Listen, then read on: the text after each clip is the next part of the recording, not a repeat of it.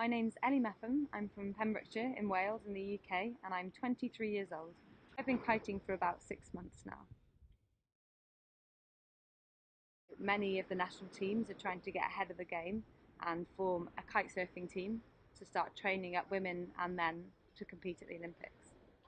So I was introduced to kite surfing through a talent ID program. The British sailing team were looking for females who had backgrounds in surfing, snowboarding, wakeboarding and kiting and sailing to come and train up to be kitefoil racers.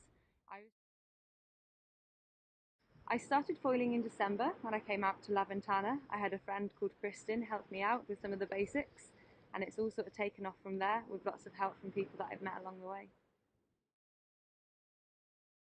I don't have a particularly extensive history in kite surfing, so I've got to have something special to bring to the table, and for me that's my background in racing, which I've done in foiling catamarans, in single-handed dinghies and in big keelboat racing.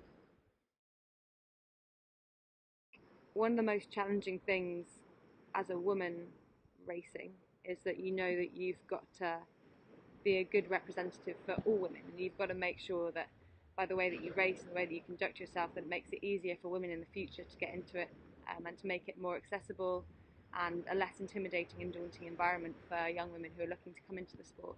We've got equal ability as the men to get to the very, very top of the fleet, and I think that's incredibly important because people need to recognise that women can be just as good as men, especially in sports where your sort of physical strength isn't as important, and that you can make up for being heavier or being lighter by using different equipment. You can still get to the front.